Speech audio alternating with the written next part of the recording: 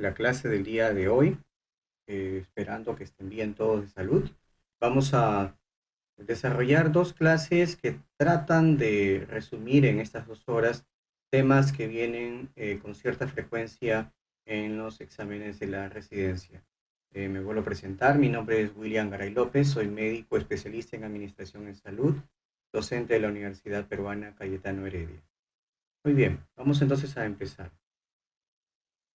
Empezaremos un poco porque últimamente están realizándose preguntas relacionadas al tema de intersectorialidad, a los temas relacionados al sector salud específicamente y cómo está su organización. Empezaremos diciendo que el sistema de salud en sí tiene que ver con diferentes sectores que no necesariamente tienen que ver con la atención de salud, pero que de una u otra manera influyen en lo que significa el estado de salud de una población. Es así que tenemos el sector salud propiamente dicho, el sector educación, agricultura, el sector defensa, industria minera, pesquería, etc. ¿Por qué se pone de esa manera? Porque en realidad la salud, como hoy en día estamos viendo, por ejemplo, con el tema del COVID, tiene que ver no solamente con enfermedades, sino con el entorno en el cual se encuentran las personas en un determinado territorio. Es así que estos sectores actúan básicamente en los denominados determinantes de la salud. Como estuvimos viendo en una clase anterior de epidemiología, los determinantes de la salud son aquellos elementos que existen de manera natural en una sociedad y que provocan de manera positiva o negativa o tienen algún impacto en la salud de ellos. Por ejemplo, la educación, que hoy en día, con todos los problemas que tenemos con respecto al COVID, vemos que la educación y la formación humana en las personas está determinando que haya mayor cantidad de contagiados. Ese sistema de salud busca a través del trabajo intersectorial ver con lo que tiene que ver con la salud y el bienestar de los ciudadanos. Entonces, este sistema de salud en el trabajo de lo que significan sus diferentes sectores van a trabajar lo que es el promoción de la salud y el fomento de la salud. Eso es lo que buscamos hoy en día para detener, por ejemplo, la infección por el virus COVID-19. Entonces, entrando de lleno al sistema de salud, es decir, a todo lo que abarca el sistema de salud y el sector, tenemos dos sectores grandes a los cuales poder abordar, el sector público y el sector privado. Cada uno de ellos tiene diferentes formas de financiamiento. En el caso del sector público existe lo que llamamos el régimen subsidiado o el contributivo indirecto, que es el sistema que tiene el Ministerio de Salud en los centros de salud, puestos de salud, hospitales públicos. Y de alguna manera también tenemos lo que se llama el SIS contributivo o semicontributivo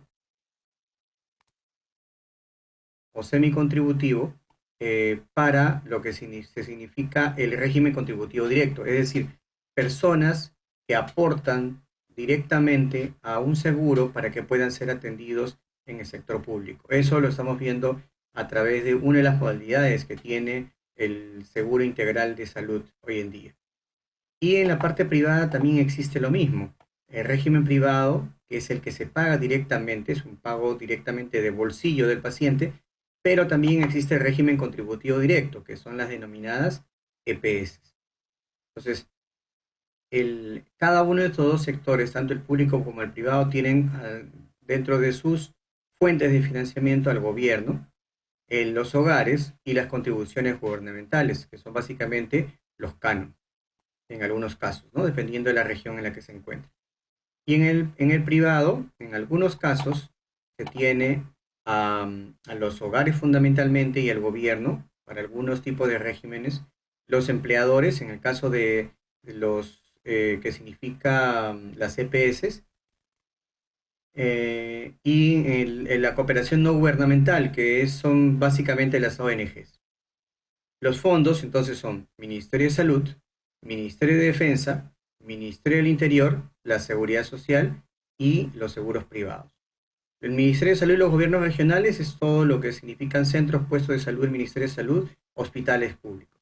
El Ministerio de Defensa son todo aquello que tiene que ver con el ejército, la Fuerza Aérea Peruana y la naval. El Ministerio del Interior, todo lo que son instituciones de salud relacionadas a Policía Nacional. La Seguridad Social, que es salud, y los seguros privados, que son todas las clínicas, policlínicos privados que existen en nuestro país. Cada uno de ellos tiene para esos fondos compradores de servicios. En el caso del Estado, el Seguro Integral es el principal comprador de servicios, es un financiador de servicios, ¿no? En el caso del Ministerio del Interior es la Policía Nacional, el FOSPOLI que se llama, ¿no? Y las EPS, que son los compradores de los servicios, tanto para el salud como para los privados. Los proveedores, o lo que comúnmente conocemos como IPRES, son todas las instituciones que van a brindar los servicios. En el caso del Ministerio de Salud en la parte pública, tenemos los institutos especializados, como los que ya conocemos, el INEN, el INR, el INO, ¿no? El INP, etc. Hospitales y establecimientos de primer nivel de atención del MINSA y las direcciones regionales de salud. Recuerden, como vamos a ver más adelante, que las regiones existen a nivel nacional, con excepción de Lima, que todavía conserva la estructura antigua a través de las direcciones, a través de las redes, ¿no? Y los usuarios, que son la población pobre y no asegurada. Supuestamente, esta población es la que no tiene ningún tipo de seguro y por eso es que el sector público subsidia su atención. En el caso del Ministerio de Defensa son hospitales, centros médicos de las Fuerzas Armadas y Policiales, y sus usuarios son los militares y o policías y sus dependientes directos. En el caso de el Seguro Social, tenemos los hospitales, institutos especializados, policlínicos y puestos de salud, y los trabajadores del sector formal y sus dependientes son los usuarios. En el caso de la parte privada y las EPS, hospitales, clínicas, consultorios y farmacias con fines de lucro, ojo, que eso es con fines de lucro, y población con capacidad de pago, ¿no? En el caso de las cooperaciones no gubernamentales, que son las ONGs, los prestadores no tienen fines de lucro y la población no tiene capacidad de pago para algún tipo de servicio. Generalmente las ONGs tienen algún tipo de línea de trabajo muy específica. Por ejemplo, existen ONGs relacionadas al manejo de ITS o VIH, como el caso de Vía Libre, por ejemplo, que es una ONG bastante conocida, ¿no? O ligadas a alimentación, como el caso de Prisma, por ejemplo, ¿no? Entonces, eso, de todas maneras, es importante que lo conozcamos. ¿Qué es lo que sacamos de esta imagen? Lo más importante que podemos sacar es que tenemos un sistema de salud fragmentado. Es decir, aquí no existe, si bien es cierto, el sistema de salud debía de ser regido por el Ministerio de Salud, fíjese todas las instituciones que son independientes unas de otras, ¿no? Entonces, eso de todas maneras va a ser, provoca toda la situación en la que nos encontramos actualmente y la crisis en la que estamos con esta epidemia, por ejemplo, ¿no? De otra manera, o vista de otra manera, en función a lo que significa el triángulo relacionado a la atención de salud, tenemos tres, digamos, aristas que incluyen esta atención de salud. Por un lado son los usuarios, los prestadores y los financiadores, ¿no? En los usuarios tenemos personas que sean sanas o personas con enfermedad, tanto las familias como la comunidad o la población, ¿no?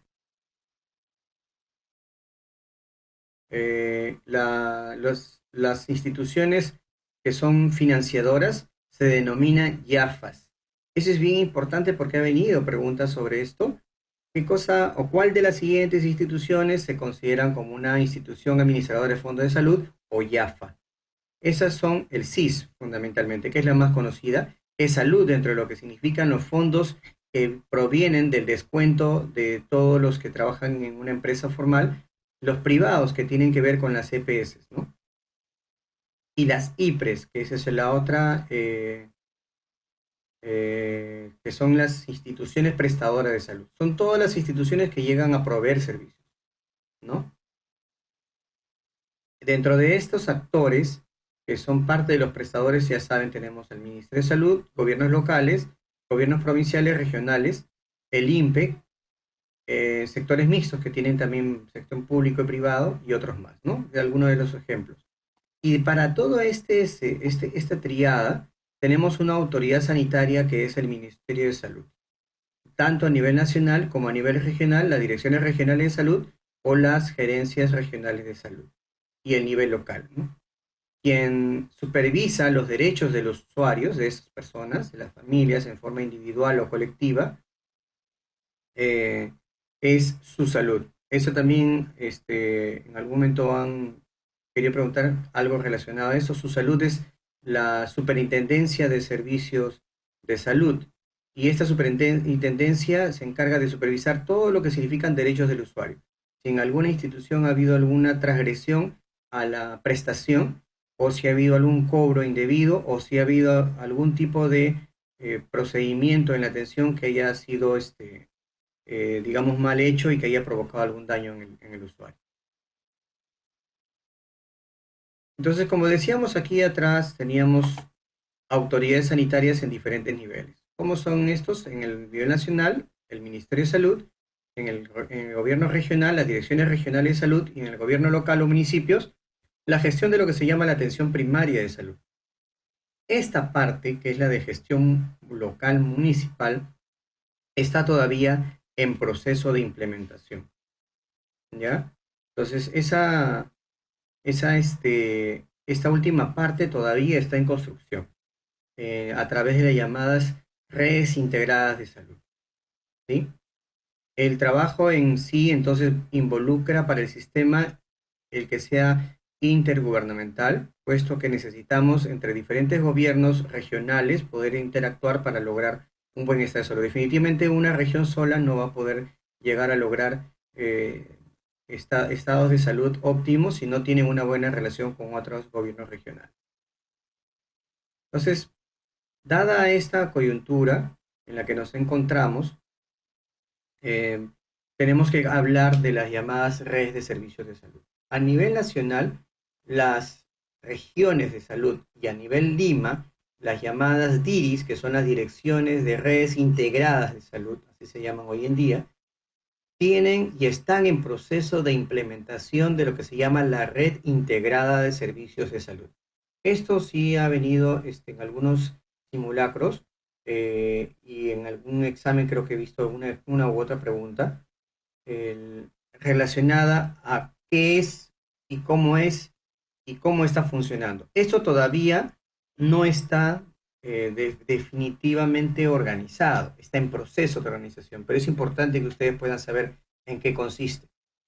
La red integrada de servicios de salud es una red de organizaciones, en algunos casos diferentes, que prestan, o es decir, que realizan el servicio o que hacen lo necesario, es decir, hacen los arreglos para prestar servicios de salud que sean equitativos, es decir, acordes a las necesidades de una población, e integrales, puesto que ya involucra tanto a la persona en todas sus esferas, en una población determinada, es decir, en un territorio definido. No se abarca a población que viene de cualquier lugar, sino que se trabaja con una población o un territorio específico. Y que producto de esa actividad que presta o que ayuda a prestar, rinde cuentas no solamente en la parte económica, sino también en la parte clínica, es decir, en los resultados de salud. Si que tenemos una población con una determinada cantidad de niños menores de 5 años, ¿cuál es el estado de salud de ellos? ¿Están vacunados? ¿Están protegidos? ¿Están controlados? ¿Tienen o no tienen anemia? ¿Tienen o no tienen de repente algún problema de desarrollo? ¿Tienen problemas de obesidad? Etcétera, ¿no? Y esto debe ser retroalimentado a la población. ¿A través de quiénes? A través de los gobiernos locales. Estas redes integradas de salud, entonces, tienen para su funcionamiento 7 lineamientos, que lo vamos a revisar muy tangencialmente. El primer lineamiento, que tiene que ver con el territorio, como les decía en la definición. Es decir, El territorio es el que define dónde está ubicada esa red de servicios. Y esta debe estar bien identificada en términos de población y de accesibilidad a los servicios que se tienen. Es decir, uno tiene que hacer un mapeo de cuáles son las instituciones prestadoras de salud que existen y cómo son los corredores, digamos, de transporte y corredores sociales y corredores económicos de ese territorio. Porque si no lo hacemos y solamente vemos y somos receptores de la demanda que exista de una población, no vamos a cumplir con el objetivo que busca la red integral.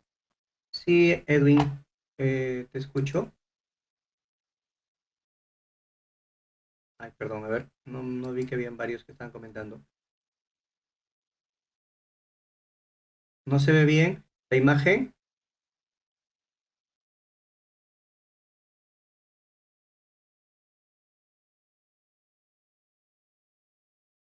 Se ven borrosas, dice. Mm, a ver, déjeme ver. Porque aquí que la tengo yo está bastante nítida. A ver,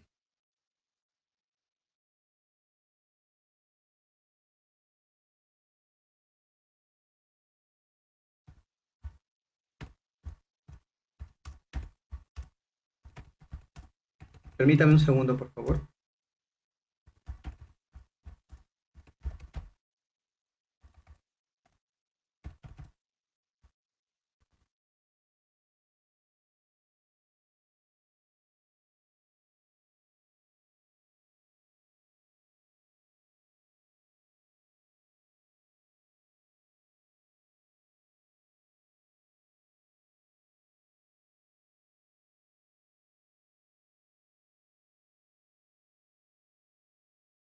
Volvemos a entrar todos entonces.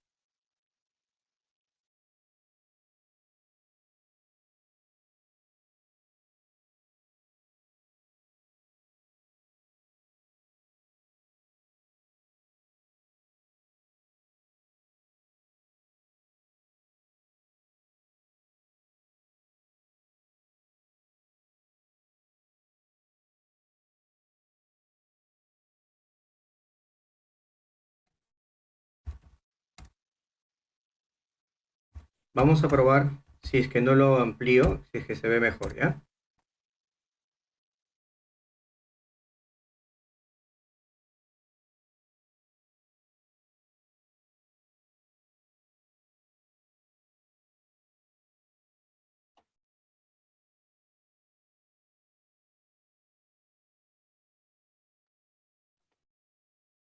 ¿Me podrían decir si es que allí se ve mejor?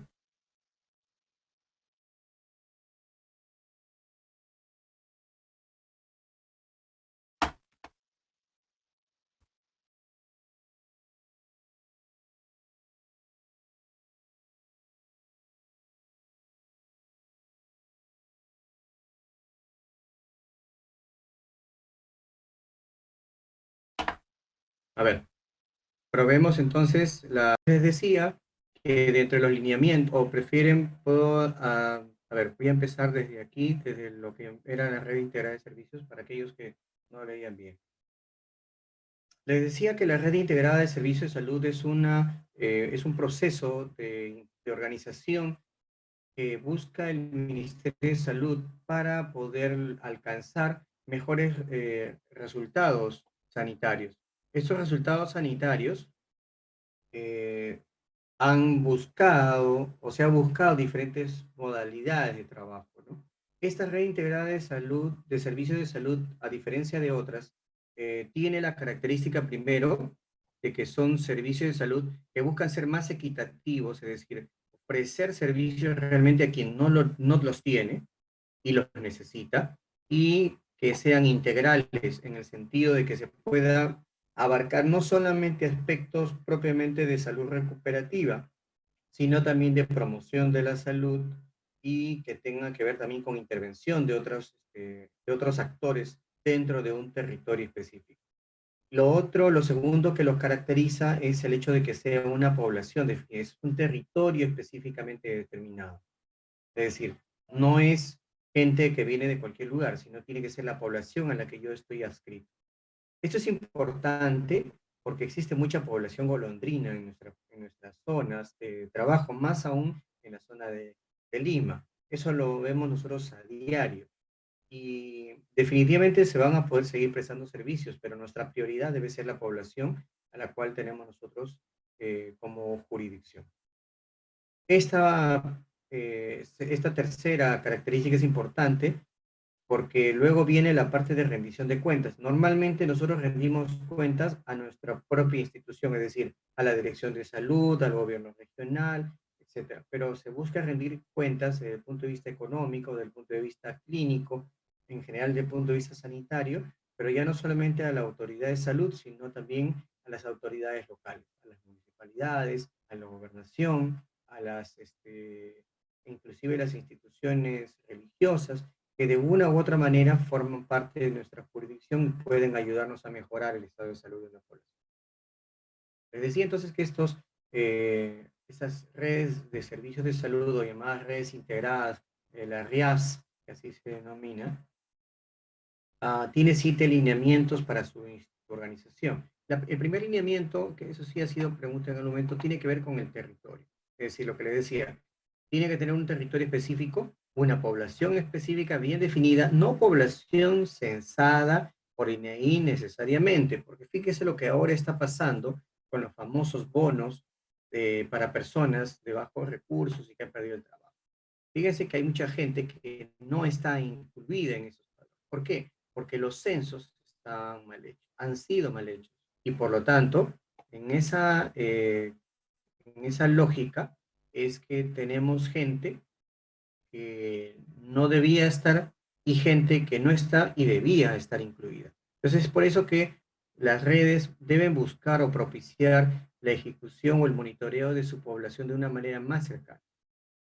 La accesibilidad, que significa no solamente el que sea cerca del centro de salud en términos de distancia, sino que sea accesible también en términos de horarios. Por ejemplo, el buscar horarios diferenciados para las atenciones de salud, no solamente de 8 a 2 y de 2 a 8, porque hay mucha gente que llega temprano al centro de salud y después llega a media mañana y ya no tiene forma de atenderse, y para la tarde en la misma situación. Eso tiene que cambiar. Y la idea de que las RIS funcionen justamente es para eso. El servicio debe estar centrado en la persona y no en el sector. Eso está también bastante claro. Mucha gente trabaja en el día y en la tarde no está libre para poder atenderse, pero sin embargo, las dificultades para el acceso a los servicios de salud en las tardes en muchos establecimientos de salud, incluyendo centros de atención primaria como hospitales, casi ya no existen. Ustedes vayan a algún centro de salud a las 4 de la tarde, 5 de la tarde, o en un hospital y ya no va a encontrar a nadie atendiendo a estas personas porque están ya con cupos completos y probablemente algunos ya sin posibilidad de ser atendidos. Y esto que propicia, propicia que haya un incremento en los servicios privados, los llamados hospitales de la solidaridad que desbordan de pacientes, pero que finalmente no resuelven el problema desde el punto de vista integral, no solamente atienden el problema por el cual el paciente consulta en ese momento, ¿no? El segundo lineamiento tiene que ver con la oferta de servicios de salud. La oferta de servicios de salud debe estar basada en las necesidades de salud de la población, no en lo que nosotros creemos como personal de salud, sino para eso tenemos que trabajar necesidades de salud. ¿Y cómo lo hacemos? ¿Cuál es el instrumento? Y eso ha sido pregunta de un examen en algún momento. ¿Cuál es el instrumento por el cual se puede determinar las necesidades de salud? El plan de salud local. El plan de salud local debe ser el instrumento por el cual se puedan determinar las necesidades de salud de una población. Y en función a esas necesidades es que podamos tener la oferta que requieren. Si nosotros queremos ofertar, por decir, partos a una población y resulta que la cantidad de partos que tenemos es muy pequeña, pues se hace toda una inversión y un expediente técnico y de construcción e implementación con personal por gusto. Y eso lo vemos en algunos maternos infantiles en Lima. Yo tengo la experiencia de conocer, por ejemplo, el Centro Materno Infantil de El Porvenir, que queda a una cuadra del Estadio Matute, y donde la cantidad de partos es muy baja. El número de partos, si llega a ser 25 en un mes, es mucho. Entonces, ¿por qué? Primero, por el lugar. Es un lugar peligroso donde las gestantes o el acompañante llegan y no saben si van a poder ser asaltados o van a tener algún tipo de problema que ha sucedido.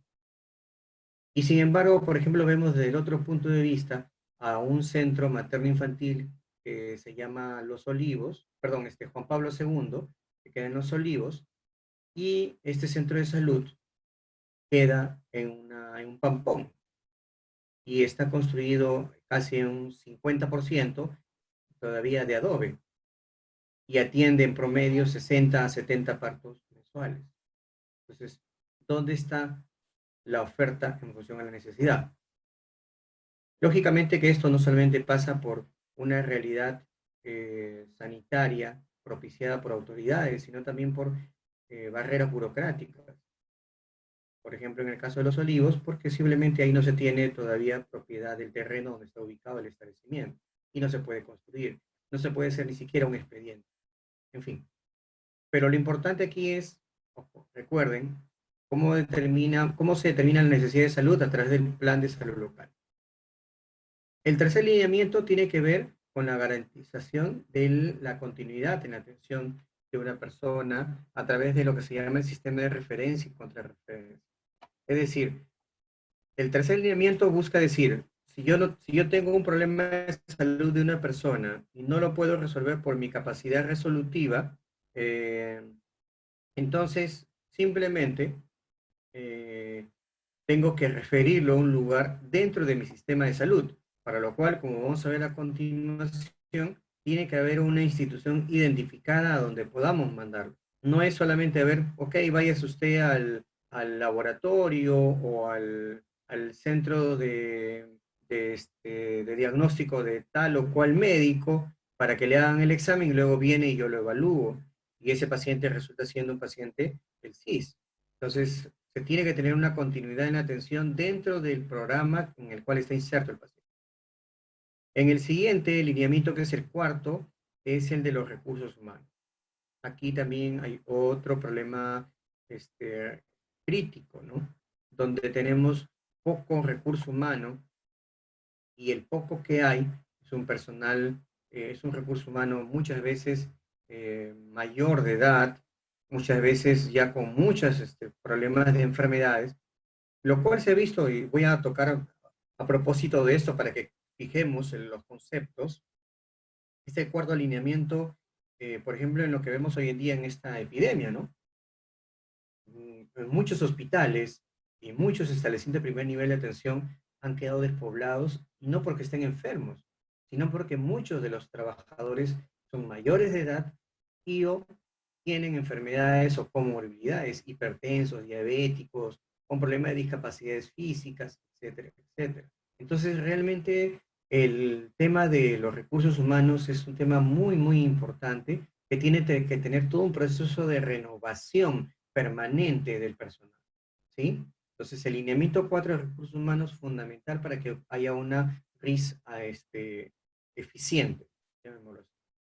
El lineamiento 5 tiene que ver también con un elemento importante. Fíjense ahora, como les decía, vamos a ir trabajando los temas relacionados al COVID.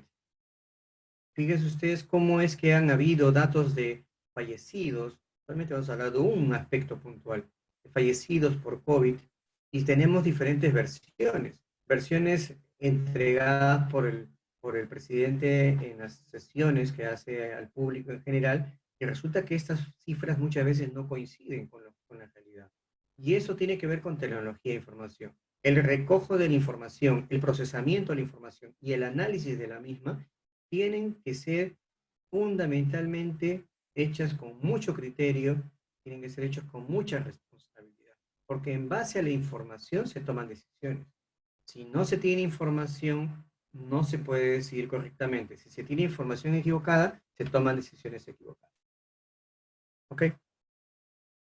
En el lineamiento número 6 tiene que ver con los servicios de soporte logísticos, porque todo lo que tenemos nosotros en nuestros establecimientos, y es lo otro tema también muy relacionado, fíjense cómo las redes integradas de salud tienen tanto de verdad que desnuda nuestra situación de salud. Fíjense el tema de los ventiladores mecánicos en los hospitales, ¿no? Muchos servicios con ventiladores mecánicos malogrados, sin ventilador mecánico, con ambientes sin presión negativa, sin equipos de protección personal, etcétera. Todo esto es parte de nuestra realidad. Y fíjense que ahora, ante esta situación crítica, estos servicios de soporte logístico se han visto desbordados. Y por otro lado, no solamente es que haya habido incapacidad en términos de económicas, porque no se tenían los recursos, sino muchas veces, teniendo los recursos, estos han sido mal utilizados, que ha habido temas de corrupción que no han logrado que finalmente los servicios finales que se prestan a la población sean los que se beneficien con este bienestar. Entonces es bien importante, fíjense que si no están estos 7 lineamientos incluidos, no vamos a poder tener redes integradas, digamos, funcionando correctamente. Y el séptimo lineamiento, y que un poco abarca todo lo anterior, es que la gestión de estas redes debe estar en función a procesos y resultados. No solamente decir cuánto de recurso humano tengo, no debo decir solamente si es que las redes existen, si está el jefe, el director, el que sea su equipo, y si ya está funcionando, sino que debemos ver los procesos en atención. Procesos de atención por etapas de vida o cursos de vida, procesos de atención en función a la parte de abastecimiento de medicamentos, a los procesos de los diagnósticos o exámenes diagnósticos de apoyo diagnóstico, perdón. Entonces, eso todo tiene que ser basado en procesos. Y finalmente en los resultados. Yo debo tener al corte de un año cuántos niños finalmente llegué a proteger, cuántos niños llegué a controlar, cuántos niños que identifiqué con anemia se llegaron a recuperar. Si no tengo eso claro, entonces simplemente vamos a seguir trabajando sobre productividad. Eso es lo que lamentablemente se está trabajando aún ahora. Debo producir tanto, no importa si lo que produzco tiene un impacto o no sobre la población, pero estoy produciendo. Y eso lógicamente es un error. Ok, vamos a entrar a otro tema. Ya hemos hablado de las redes integradas, que es un tema también interesante dentro de lo que significa el contexto de la modernización del sector, la categorización. Hablábamos de que uno de los actores eran los prestadores. Y los prestadores son las llamadas IPRES. Las IPRES son instituciones prestadoras de servicios de salud, que así se denominan, y tienen la característica de ser establecimientos de salud y servicios médicos de apoyo que sean públicos, privados o mixtos, que van a realizar atenciones de salud para diferentes etapas de la atención, sea promoción, prevención, diagnóstico, tratamiento, rehabilitación, y los servicios médicos o complementarios para la atención que sirven a ayudar a lo que significa el diagnóstico, la prevención, el tratamiento o la rehabilitación de la salud. Entonces, en ese contexto, tenemos que hablar de qué cosas es un establecimiento de salud, porque sobre la base del establecimiento de salud y las IPRES es que vamos a poder saber qué es la categorización y para qué sirve. Entonces, la categorización, los establecimientos de salud, perdón, son los que realizan de manera ambulatoria o con internamiento, que puede ser un materno o un hospital, atenciones de salud para esos 4 componentes que ya hemos mencionado: prevención, promoción, diagnóstico, tratamiento y rehabilitación, dirigidas a mantener o restablecer el estado de salud de las personas. Esto está dentro del reglamento de establecimiento de salud y servicios médicos. Estos establecimientos de salud, según el tipo de prestación, puede ser sin internamiento y con internamiento.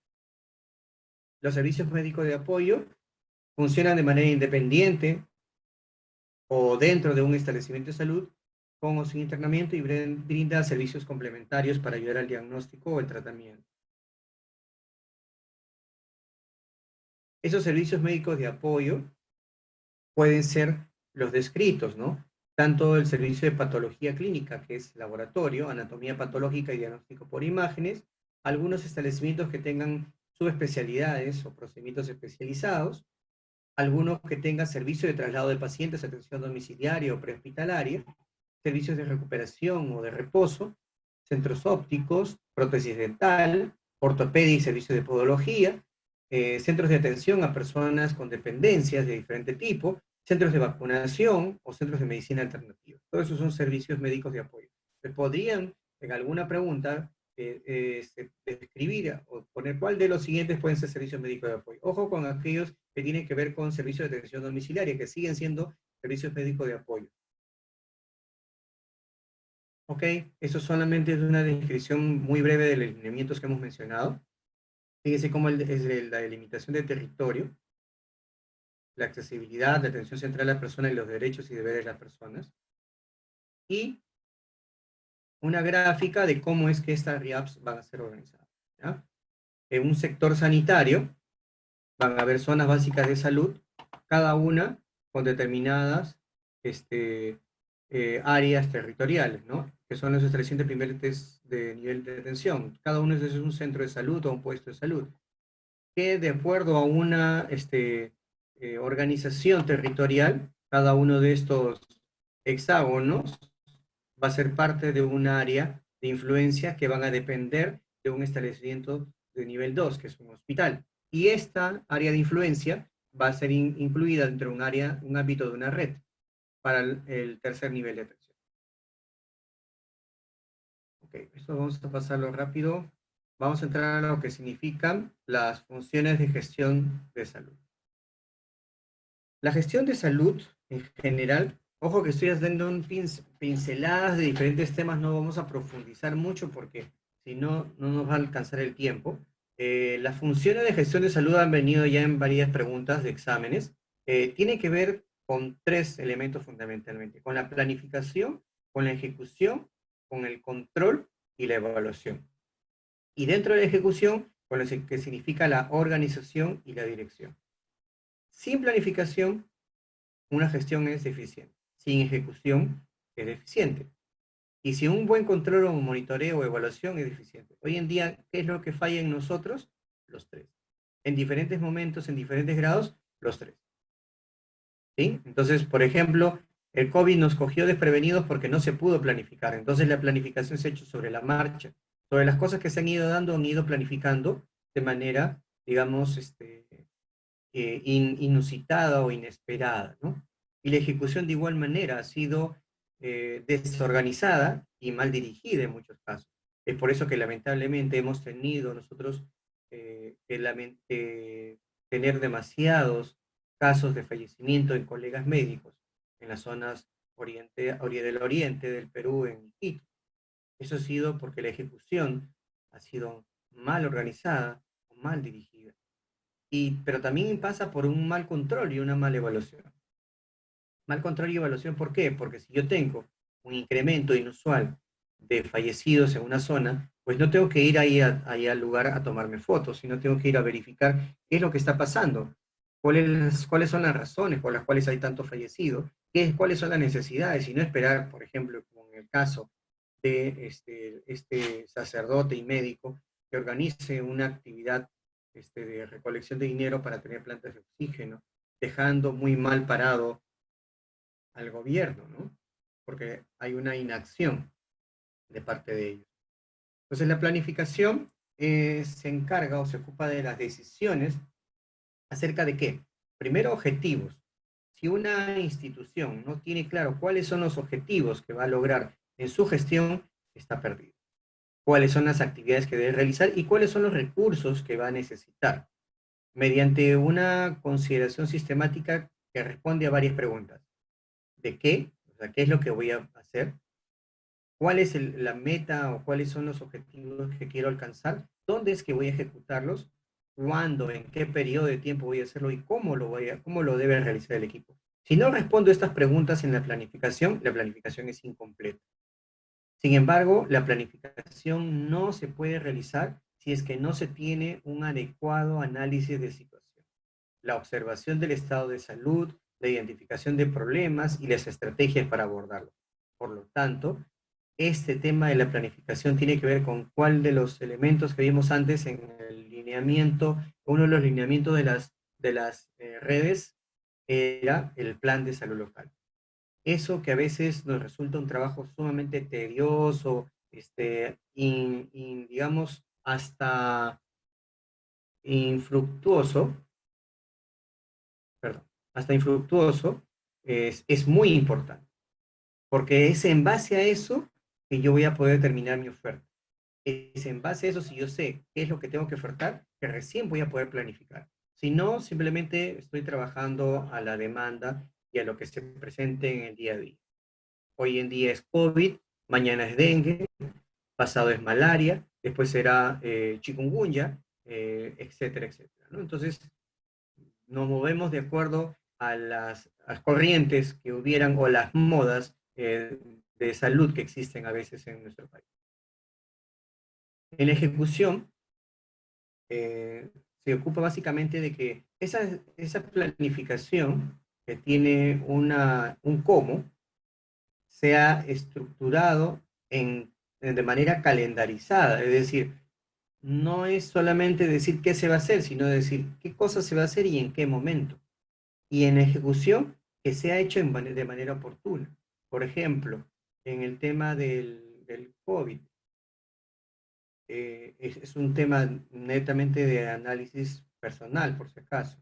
El, los establecimientos de primer nivel de atención están siendo considerados para esa etapa en la cual la infección del COVID ya es masiva, cuando en realidad la intervención temprana de esta infección debió ser inicialmente abordada por los establecimientos de primer nivel de atención, porque los establecimientos de primer nivel de atención están más de cerca a la comunidad y pueden ofrecer mejores servicios, ¿no? A ver, hay una pregunta, creo. Eh, Perdón, ¿podrías, Yorka, explicarte qué cosa es PHBA?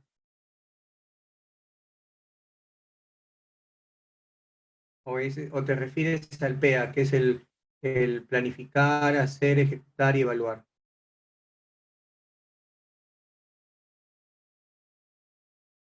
¿Sí? Ah, ok, ya. Eso es esa mnemotecnia que has presentado, Yorka, en el chat, que es hay diferentes formas en que se conocen. Algunos ya hablan del el PHEA, ¿no? Que es planificar, hacer, ejecutar, perdón, planificar, hacer, evaluar y actuar.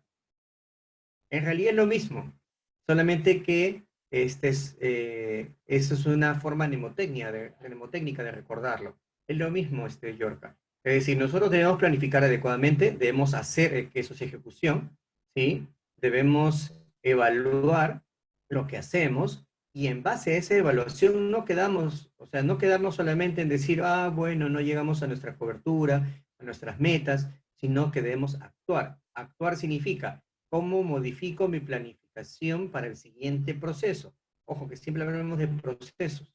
Entonces, la planificación tiene que variar en función a la evaluación que he hecho en el proceso que haya sido evaluado. Y, por ejemplo, ahorita estamos viendo, y yo me imagino, porque entiendo que los funcionarios del Ministerio de Salud aplican esto, están evaluando constantemente todas sus acciones y tienen que hacer ajustes a lo que están evaluando. Por ejemplo, el tema del tratamiento, ¿no? El tratamiento para el COVID no es, digamos, no había un tratamiento definido al inicio porque no se sabía cuál era el tratamiento.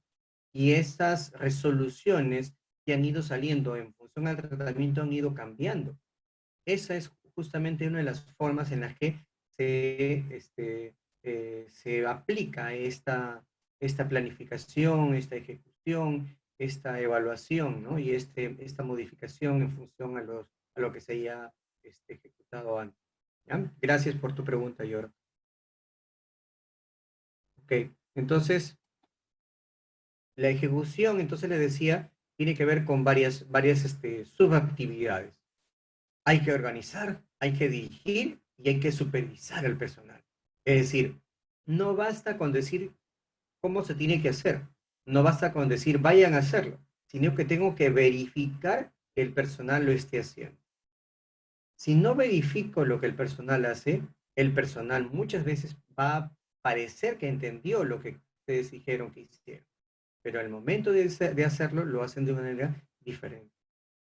Y eso, lógicamente, está determinado por la capacidad que tengan ustedes como gestores en una institución cualquiera que sea, ¿no? Entonces, en esta ejecución, lógicamente, entra, digamos, todo lo concerniente a la actividad. Adquirir los medios necesarios para atender, distribuir y controlar esos recursos, sean recursos físicos o financieros, y lógicamente con lo que se trabaje, se procese la información en forma adecuada y se comunique de manera adecuada. Por ejemplo, ahorita están implementando el sistema de Cali, que es un sistema que interconecta admisión con los consultorios externos, triaje, eh, caja y farmacia, ¿no? Y esto busca disminuir los tiempos de espera y hacer más eficiente la prestación. La intención está bien, perfecta, pero ¿qué pasa si los establecimientos de salud donde lo quieren hacer no tienen computadoras? O si tienen computadoras, son computadoras obsoletas. ¿Servirá de algo haber planificado correctamente la implementación del ECALI? No, porque la ejecución va a ser deficiente, porque no tengo los recursos físicos para hacerlo. Y si adicionalmente a eso le agrego que el personal no fue bien capacitado, pues tengo un segundo problema. Y esa buena intención en la planificación decae porque no, dentro de la planificación no se pensó en todos estos detalles para que funcione. ¿Ok? El monitoreo y la evaluación tiene que ver con dos cosas. Primero, que no son las dos cosas no son iguales. Eso sí se ha preguntado en exámenes. ¿Qué diferencia entre monitoreo y evaluación? El monitoreo tiene que ver con procesos donde de manera, en periodos más cortos, se hace la verificación de diferentes indicadores o estándares. El monitoreo puede hacerse quincenal, mensual o trimestral, ¿no? En cambio, la evaluación tiene que ver con etapas de mayor tiempo, puede ser semestral o anual, y generalmente se evalúan resultados finales, ¿no? Por ejemplo, yo puedo ver en el caso de la protección de la vacuna, por decir, de la pentavalente, ¿no? Que se aplica en niños de 2, 4, 6 meses, si es que esta vacuna para estos periodos de edad mensualmente están siendo correctamente aplicados. ¿Por qué? Porque, por ejemplo, puedo tener 100 niños en un determinado establecimiento de salud protegidos con primeras dosis, y al tercer mes, se supone, al periodo que corresponde, a los 6 meses, debía yo de ver que esos 100 niños debían haber sido protegidos. Sin embargo, cuando voy a ver los protegidos, solamente veo que de los 100 se protegió 20. Entonces, ¿qué pasó? ¿Cuál es el problema con esa brecha? Y una de las cosas importantes también que tiene que ver es cómo selecciono mis indicadores. Por ejemplo, un error grave que cometen las instituciones es evaluar, eh, digamos, actividades numéricas. ¿Qué significa? Evalúo cuántos vacuné, pero no evalúo cuántos protegí. ¿Sí? Entonces, ese es un error grave, porque a mí no me interesa que yo vacune 1 millón de niños con una primera dosis. Si luego la segunda dosis o tercera dosis que necesitaba para protegerlo, resulta que de 1 millón tengo 100.000. Entonces tengo 900.000 niños desprotegidos. ¿Sí? En cambio, a veces las autoridades sanitarias se vanaglorian un poco de tener gran cantidad de vacunados, pero no debe interesar el vacunado solamente, sino más el protegido. Ok, estamos hablando solamente de un aspecto muy puntual. Entonces, la medición tiene que ver con el avance del trabajo del equipo, el desempeño de los integrantes de ese equipo, el uso eficiente de los recursos económicos y físicos y los logros que hayan tenido en los servicios otorgados, ¿sí? Y ese impacto que haya habido en la reducción de los problemas de salud. Es decir, y por ejemplo, como se está buscando hacer ahora a través del trabajo con las municipalidades en anemia, tenemos una cantidad de niños que son identificados por las municipalidades en diferentes actores de un territorio cualquiera. Y resulta que tenemos una cantidad de niños con anemia. Después de un año debemos verificar. Esos niños, después de un año, ¿Se llegaron a recuperar o no? ¿Cuáles son los factores que determinaron que no se recuperaran? Dependía de que no hubo medicamentos, dependía de que la mamá no mejoró los hábitos de alimentación rica en hierro, determinó que de repente el medicamento existía, pero tenía, digamos, efectos secundarios que generaba intolerancia, etcétera. Todo eso se tiene que medir a través de la evaluación al final de un proceso y verificar si mi intervención finalmente fue productiva o no, porque la cantidad de recursos económicos que se movilizan para esto son muy altos, ¿no? Ok, en la planificación vamos a hacer, ya, de una situación actual que tengamos, se observa una situación cualquiera que sea. A partir de la observación de una situación cualquiera que sea, identificamos problemas. De esos problemas determinamos qué objetivos vamos a establecer para resolver esos problemas. Y de los objetivos se determinan o se seleccionan algunas alternativas que sean viables. No todas las alternativas pueden ser realizadas.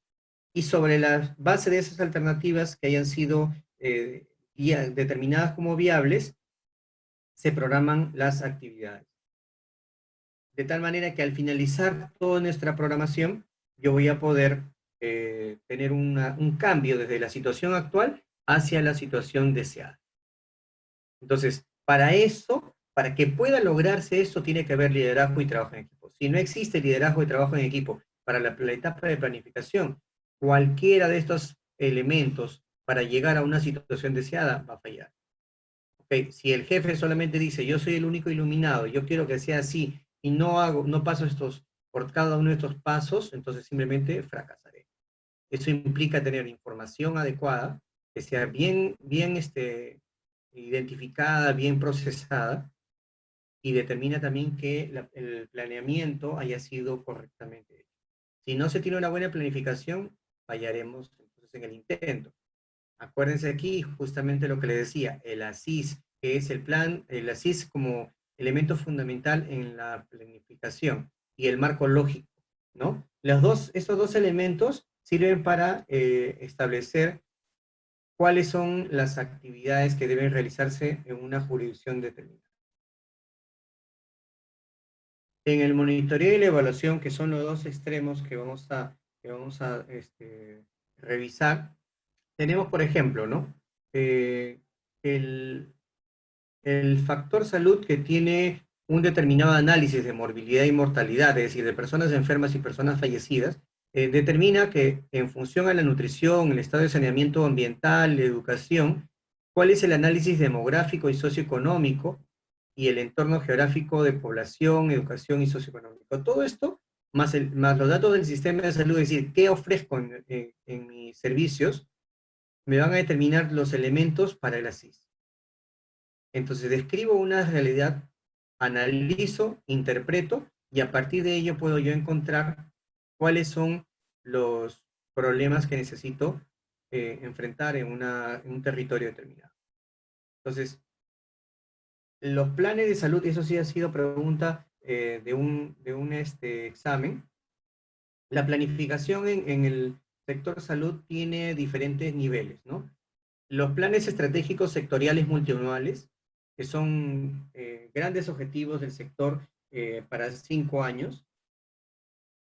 Luego vienen los planes estratégicos institucionales, que también son para 5 años, pero que ya no son para el país, sino para una región, y son hechas por la Dirección Regional de Salud.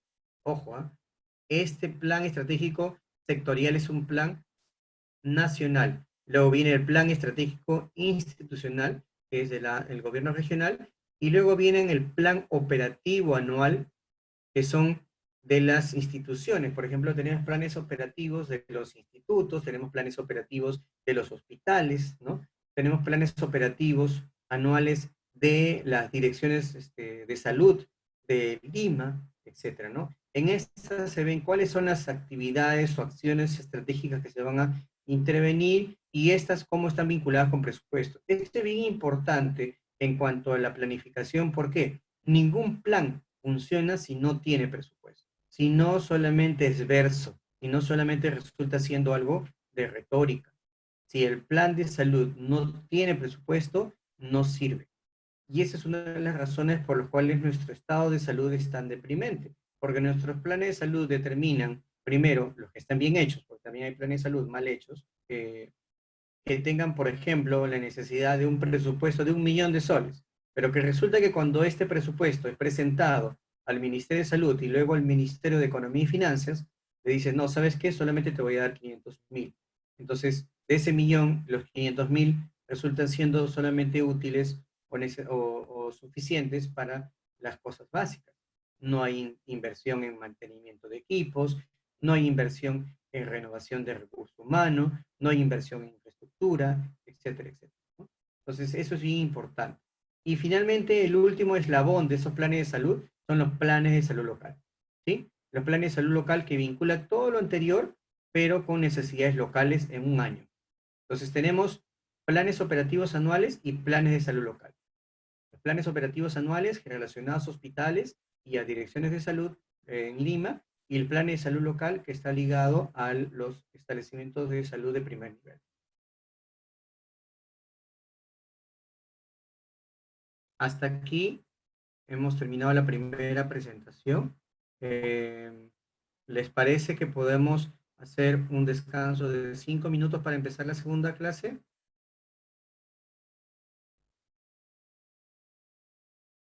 ¿O continuamos?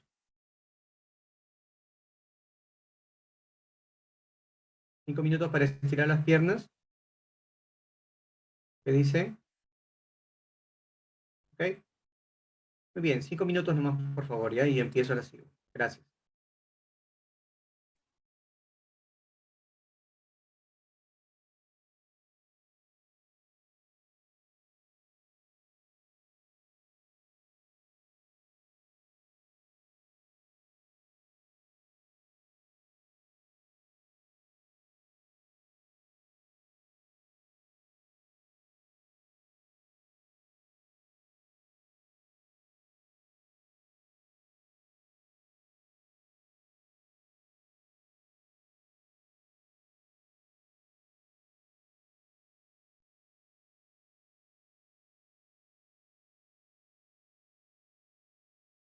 ¿Estamos listos?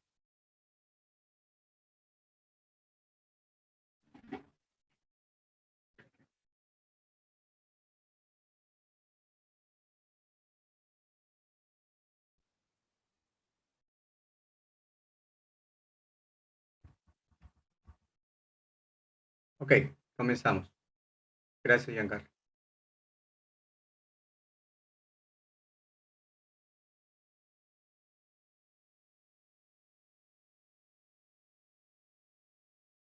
Eh,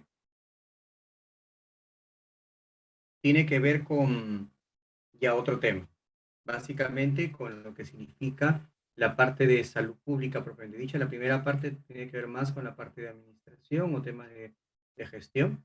En esta segunda parte vamos a ver lo relacionado al modelo de atención basado en modelo de atención integral basado en familia y comunidad, y estrategias sanitarias, algunas de ellas, y lo concerniente a, a la, perdón,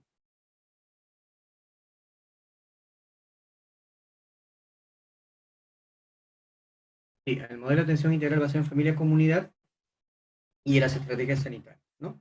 Ok, entonces vamos a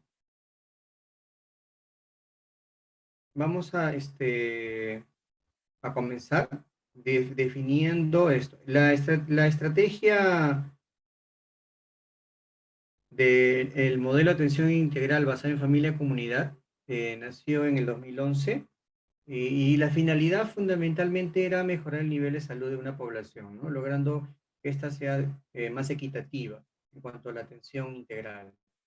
Y promueve fundamentalmente tres cosas muy relacionadas a las redes, pero que si ustedes se dan cuenta del 2011 al 2020 no ha funcionado como tal. Entonces, este modelo todavía está vigente y todavía se está preguntando acerca de él, así que por eso es que se está presentando en la clase, pero probablemente también vaya a entrar en desuso si es que lo de las redes ya es mejor implementado, porque está todavía en proceso. Ok, lo primero que promueve el modelo de atención integral es que se haga una gestión con enfoque territorial, con especial enfoque o atención a los recursos humanos. Recuérdense que eso es muy parecido a dos lineamientos que tiene la RIS. Sin embargo, esto no ha sido hecho porque ha sido planteado de un enfoque territorial, más no ha habido una interacción de los actores que son los prestadores con otras instituciones en su misma jurisdicción. La organización de los servicios en redes de servicio no ha funcionado tampoco, y la prestación de atenciones con énfasis en la promoción de la salud y prevención de la enfermedad. Esto sí de alguna manera se ha impulsado un poco más, ¿no? Sin embargo, todavía está en una etapa, digamos, preliminar de impacto, puesto que, por ejemplo, si tuviéramos desde el 2011 hasta ahora un buen impacto en lo que significa, por ejemplo, el lavado de manos, no tendríamos tantos infectados. Lamentablemente tenemos una población muy reacia a esta práctica habitual, ¿no? Y menos aún a los que significa el tema de familia y comunidad, dado el contexto en el que nos encontramos. Entonces, el modelo de atención integral basado en familia y comunidad tiene dos dimensiones fundamentalmente. La primera, que es la llamada dimensión técnico-operativa, y la segunda, que es la dimensión política. Esto sí ha sido pregunta de examen, ¿ya? Entonces, la dimensión política y la dimensión técnico-operativa dentro del MAIS, que así se denomina en sus siglas, eh, tiene ejes de intervención. La dimensión política tiene que ver con el eje de los determinantes de la salud, que está aquí en forma vertical. Y por lo tanto, si influye entre los ejes de los determinantes de la salud, entonces estos determinantes sociales de la salud tienen que ver con otras instituciones que no necesariamente son de salud, pero sí son parte del sistema de salud. Ahora sí puedo hablar de una manera más técnica, porque ya ustedes deben entender en base a lo que hemos visto en la clase anterior. Y la dimensión técnica operativa, que tiene que ver con el eje de las necesidades de la salud. Ese eje de necesidad de la salud tiene tres elementos: el paquete integral a la persona, que está dado por los hoy en día llamados cursos de vida, que son niño, adolescente, joven, adulto y adulto mayor. El paquete de atención integral a la familia en sus diferentes, digamos, fases de evolución, que también eso es algo que ustedes van a ver en la clase a continuación, y el paquete de intervenciones a la comunidad. Es decir, la comunidad también tiene que tener, a través, por ejemplo, de la intervención en colegios o en intervención en organizaciones de base, diferentes formas de mejora, digamos, del estado de la comunidad.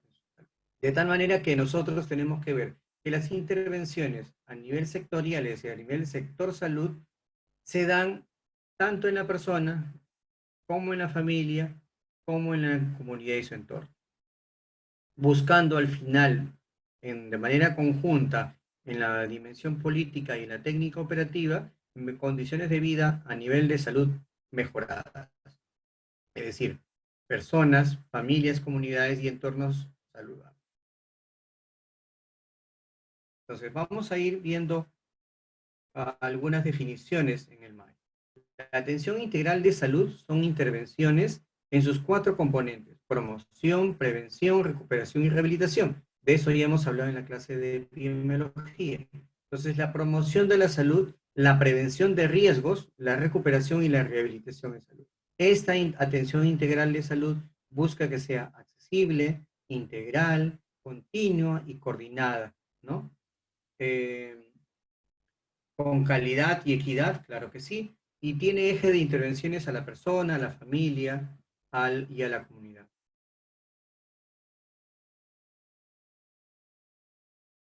Ok, entonces vamos a ver qué características tiene este modelo de atención integral. Como dijimos en la anterior diapositiva, la persona, la familia y la comunidad tiene o se promueve para su implementación abordaje determinante social. en qué características, en qué aspectos? Primero, en la promoción de estilos de vida saludables, prevención de enfermedades, en recursos adecuados para la implementación y la sostenibilidad, el marco jurídico con rol rector, en gestión local territorial, en organizaciones de servicios en redes y recursos humanos. Entonces, esto se aplica a través de tres enfoques. Los enfoques del MAIS, ha sido pregunta de examen, son tres. Primero, el desarrollo de capacidades. El segundo, la planificación con equidad. Y tercero, la gestión del trabajo con dignidad, ¿no? El derechos y deberes, interculturalidad y equidad de género, que son parte, digamos, importante de la implementación. Es decir, si no, por ejemplo, consideramos que la atención de parto en una comunidad de una zona rural no puede ser parto horizontal, sino debe ser parto vertical, simplemente el objetivo que puede ser tener mayor cantidad de partos institucionales va a fracasar, porque la cultura de una comunidad no puede ser modificada porque mi oferta solamente está adecuada a un tipo de atención de parto occidental, si me dejo entender, ¿no? Entonces, eso es importante porque puede ser este sujeto de pregunta, ¿no? Los enfoques del modelo de atención integral son derechos y deberes, interculturalidad y eh, equidad de género. Ok,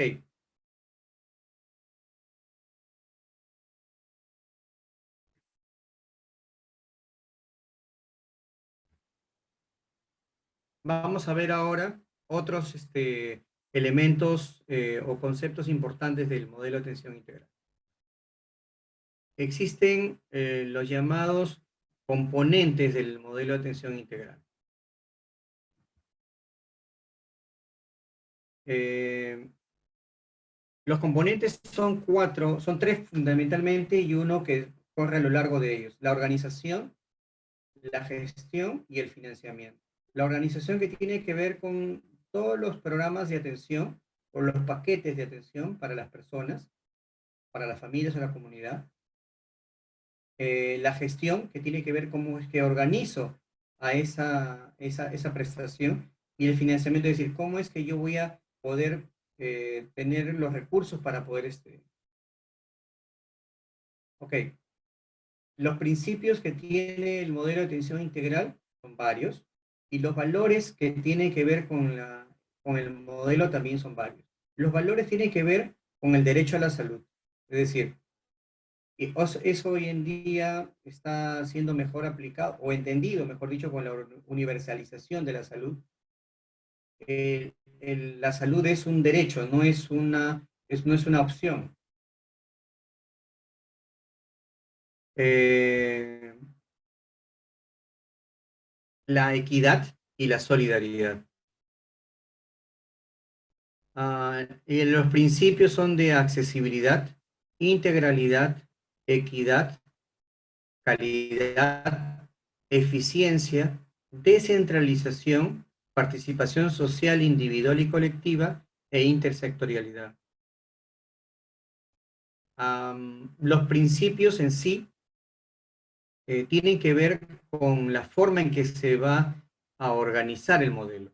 Accesibilidad tanto territorial como económica, como de horarios, la integralidad vista a la persona en todas sus esferas, la equidad en función a quien realmente necesita y tiene o no recursos para los servicios, la calidad que tiene que ver con los estándares que deben lograr una institución para la prestación, ciencia que tiene que ver con nuestra posibilidad de hacer o lograr los objetivos con lo que la institución me ofrece de la mejor manera.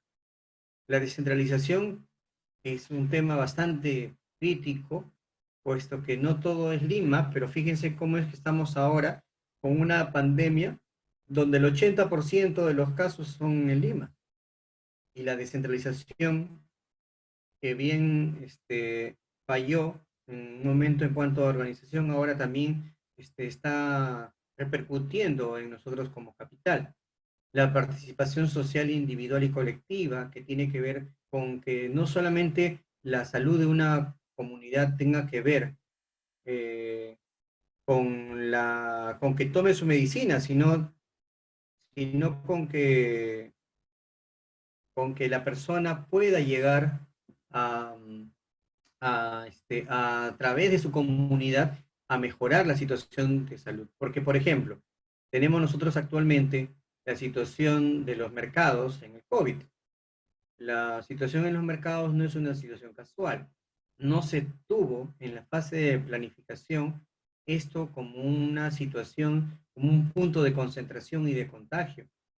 Pero ya una vez identificado, la solución no está solamente en cerrar los mercados, sino en que tenemos que buscar primero que tengan las condiciones adecuadas a través de la organización que tenga ese mercado. Es decir, todos los mercados tienen una directiva, tienen una asociación de propietarios del mercado y cada uno de ellos tiene que participar. Si no participan en esa mejora del estado de salud colectiva del mercado, simplemente eso va a seguir siendo un foco de enfermedades. No solamente COVID, sino otras más. Y la intersectorialidad también, porque justamente sobre el problema de los mercados, si el Ministerio de Salud va y quiere cerrar un mercado, no puede. Tiene que hacerlo a través de las municipalidades y las instituciones que corresponden, la fiscalía, etc. ¿Ok? Entonces, vamos a ver los enfoques que tiene el modelo de atención integral. Eh, el enfoque tiene cuatro, digamos, tipos de enfoque el MAIS. Uno, derechos; dos, género; tres, de interculturalidad; y cuatro, de territorialidad.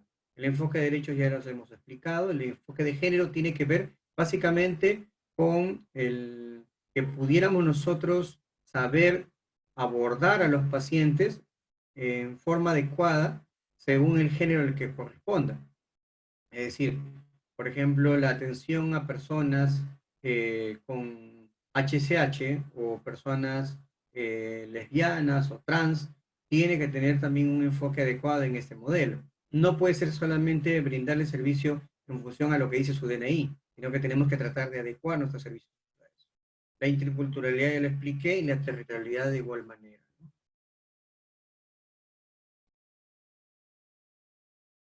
Entonces, decíamos que la gestión tiene que ver con los programas de atención integral. Los programas de atención integral van por etapas de vida. Hoy en día le han cambiado a cursos de vida y la atención integral a la familia. Esta atención busca orientar las principales necesidades de la salud de esa persona y de esa familia. Por ejemplo, en el caso de la etapa de vida niño, tenemos que cubrir número de vacunas que debe aplicarse según edades, la prevención, la detección y del tratamiento oportuno de anemia, la detección y el tratamiento de alteraciones en el crecimiento, la detección de problemas de enfermedades inmunoprevenibles o infectocontagiosas, en el caso de IRA, SEDAS, etc., ¿no? Y las estrategias sanitarias, que son 15 estrategias, que buscan abordar 15 tipos de riesgos y daños priorizados a nivel nacional y a nivel regional. Por ejemplo, la estrategia sanitaria de inmunizaciones, la estrategia sanitaria de zoonosis, etcétera, que vamos a ver más adelante. Entonces, esta lámina es de la eh, es a través de ella que vamos a nosotros a tratar de correlacionar la atención primaria, lo que es atención integral de salud, y el modelo, ¿no? Entonces, la atención primaria tiene cuatro funciones que tiene que cumplir para que haya un adecuado funcionamiento del maíz basado en familia y comunidad. Primero, el primer contacto, la longitudinalidad, la integralidad y la coordinación. Y vamos a analizarlo de acuerdo a lo que significa elementos de estructura y de proceso. En los elementos de estructura, el primer contacto significa con la accesibilidad, es decir, horarios, disponibilidad de tiempo en la semana, costos, ubicación, corredores, digamos, de viales, corredores sociales, etc. Y el proceso que se va a seguir en lo que se llama la función de primer contacto tiene que ver con la utilización. ¿Qué pasa si yo tengo un establecimiento de salud cuyos usuarios son los mismos? Y los mismos son los que utilizan todos los servicios siempre. Y resulta que cuando yo empiezo a utilizar o a utilizar un indicador que se llama extensión de uso, que relaciona la población atendida en un periodo determinado, resulta que mi extensión de uso llega siendo muy baja. ¿Qué significa eso? Que no estoy llegando a atender a toda la población que tengo en mi territorio, sino solamente estoy atendiendo a la misma población de manera constante.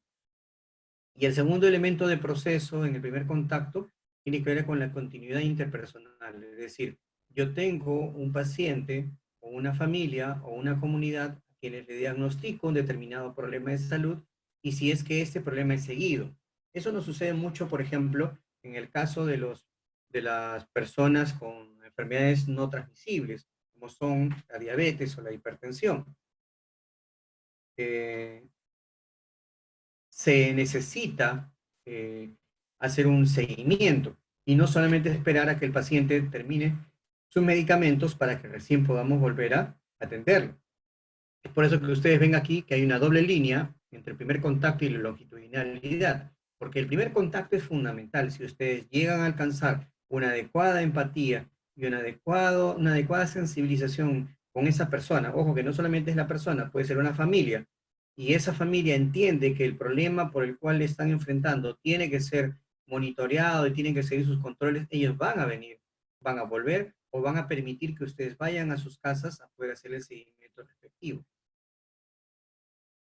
La segunda función tiene que ver con la longitudinalidad.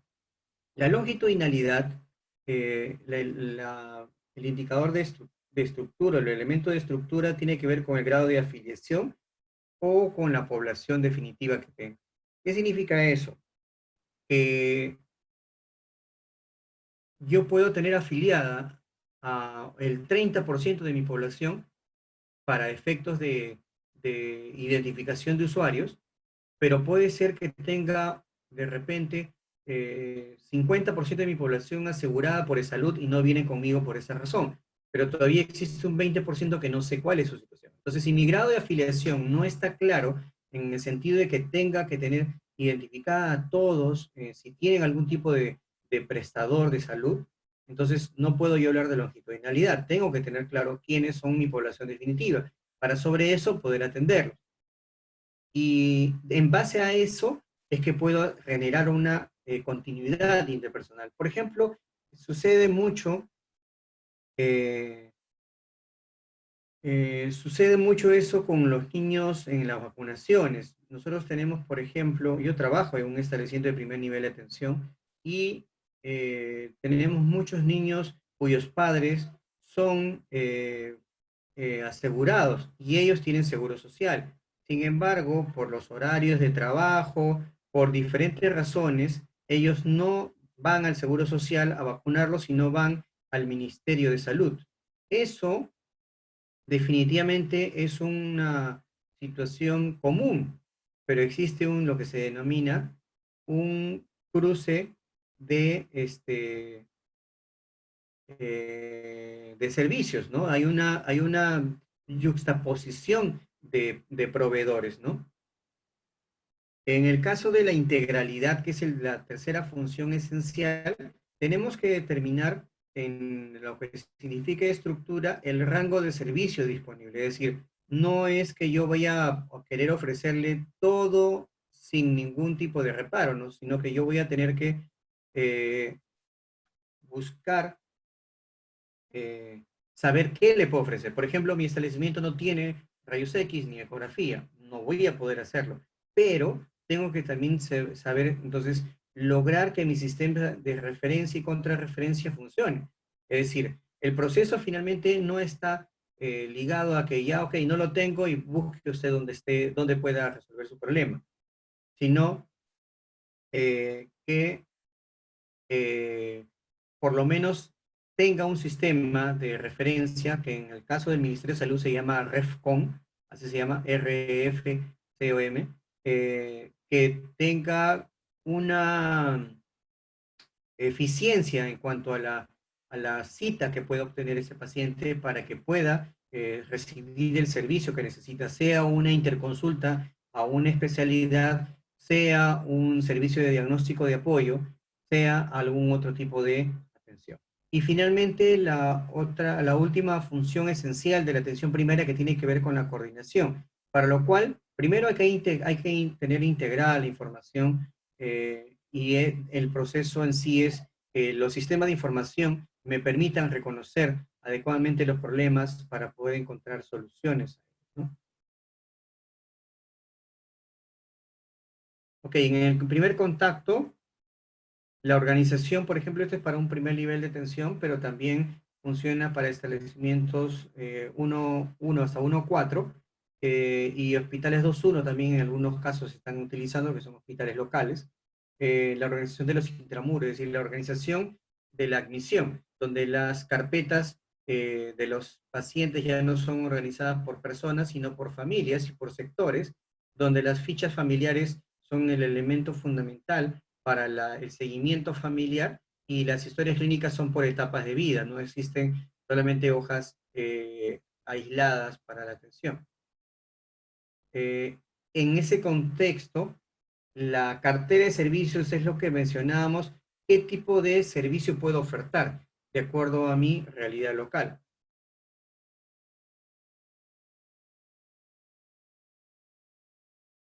Esta organización entonces implica una, un fluxograma de atención. Fíjense que aquí tenemos la atención integral para un establecimiento de salud determinado, en el cual se determina de manera gráfica y fácil, porque eso es importante para el tema de la población, que puedan entender qué tipo de servicios ofrecemos y por dónde deben ir para resolver su problema de salud.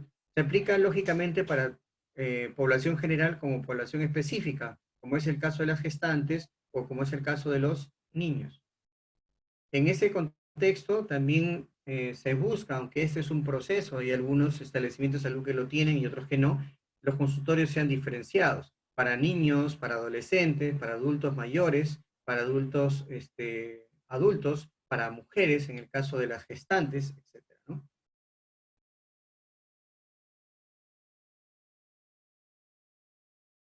En lo siguiente en cuanto a la organización, ya, ok, es el acceso, la accesibilidad cultural. Fíjense que esta es una lámina bien interesante que tiene que ver con la atención de parto. No sé si alguno de ustedes alguna vez ha sido testigo de este tipo de atención. Esto es lo que se llama el parto vertical, ¿no? Esto se ve mucho más en provincias.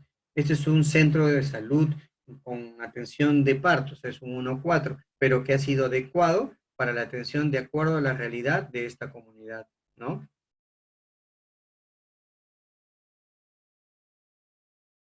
Ok. La accesibilidad en cuanto a información, lógicamente también, ¿no? Am, nosotros no podemos vivir aislados con nuestra información y solamente nosotros tomar solos esa decisión. Las publicaciones, los foros, los contactos con los docentes, por ejemplo, la unidad salud y educación es fundamental para mejorar el estado de salud de una comunidad, ¿no? El intercambio de información, ¿no? Es importantísimo. Hoy en día que tenemos tanto acceso a sistemas informáticos, debería ser un elemento fundamental para tomar decisiones. En cuanto al segundo, la segunda función que es la longitudinalidad, están, como les decía, los paquetes integrales. Acá esta es una lámina que la estoy utilizando para dos cosas. Primero, para explicar la longitudinalidad, que significa la intervención en personas, pero segundo también para hay preguntas que a veces dicen, tal o cual persona es atendida en un establecimiento de salud y tiene tal edad. ¿A qué etapa de vida o qué curso de vida? Porque, ojo, pueden utilizar cualquiera de los dos términos. Etapa de vida o curso de vida significa lo mismo hoy en día, son solamente términos que han sido utilizados en diferentes momentos.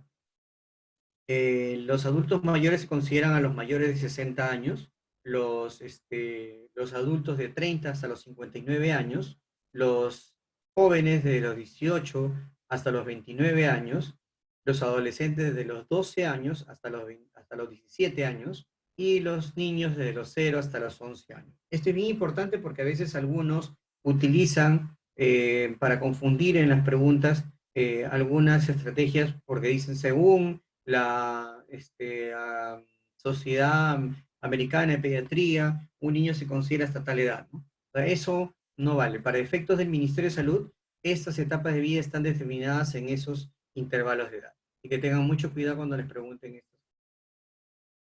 En cuanto a la persona, también los paquetes de atención integral, como les decía, tienen diferentes riesgos que identificar. En el caso de los niños, adolescentes, jóvenes, adultos y adultos mayores. Los riesgos se van identificando a través de las visitas domiciliarias, a la visita de familia. Y se hacen, por ejemplo, un riesgo, en general, un niño que haya sido atendido en parto en casa, un niño que no tenga controles de crecimiento, que no tenga vacunas, un niño sin estimulación temprana, un niño que no haya sido tamizado, un niño que no haya recibido suplementación preventiva de hierro a los 4 meses, etcétera, ¿no? En los adolescentes de igual manera, ¿no? Si no tienen una evaluación, porque ojo, que los adolescentes son los que menos se vienen a atender con nosotros, ¿no? Y a veces muchos de ellos tienen problemas de agudeza visual, de embarazos en adolescentes, de escoliosis, de problemas de alimentación, de bullying, etcétera, ¿no? En el caso de los jóvenes, adultos y adultos mayores, cada uno tiene riesgos identificables. Entonces, en ese contexto es que nosotros eh, tenemos que buscar en esa evolución, ¿no? Es todo un proceso. Por ejemplo, en el caso de los jóvenes, que no haya mujeres jóvenes embarazadas, porque esto involucra partos, niños que tienen que tener un desarrollo y que llegan a una adultez, pero que hoy en día, y digamos, con la disociación de la familia, con el mal funcionamiento de las familias, existen muchos problemas que son solamente círculos viciosos, ¿no?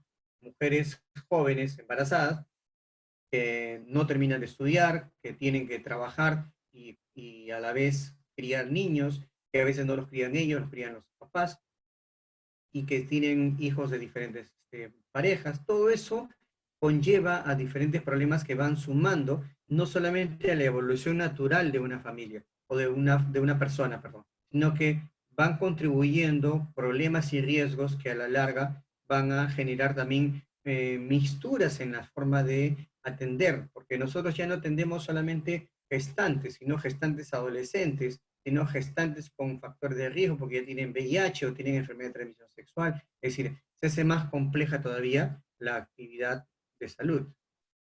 En la longitudinalidad nos permite ver dos cosas.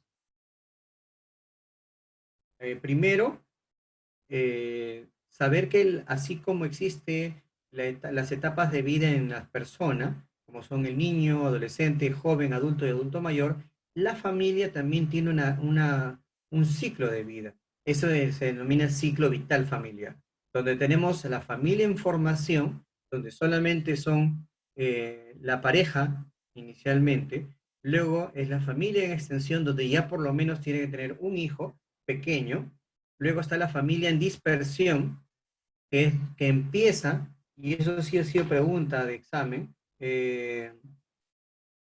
donde definitivamente ya empieza el primer hijo de la familia, ya sale del núcleo familiar, es decir, ya hace su propia vida, ahí se empieza a denominar la familia en dispersión, y la familia en contracción es cuando ya salió el último hijo de la familia y solamente está la pareja sola y muere alguno de los dos padres de esta familia. Entonces, esa familia en sí, en cada uno de estas etapas, tiene diferentes necesidades. En el caso de la familia en formación, tiene necesidades de aprendizaje, de cómo criar a los hijos, de cómo planificar su familia, ¿no? De cómo tener una adecuada alimentación para poder tener luego una familia saludable, porque tenemos familias hoy en día con malnutrición o con obesidad, etcétera. Y en cada una de estas se ofrece también diferentes paquetes de atención en función a sus necesidades propias de la etapa en la que vive.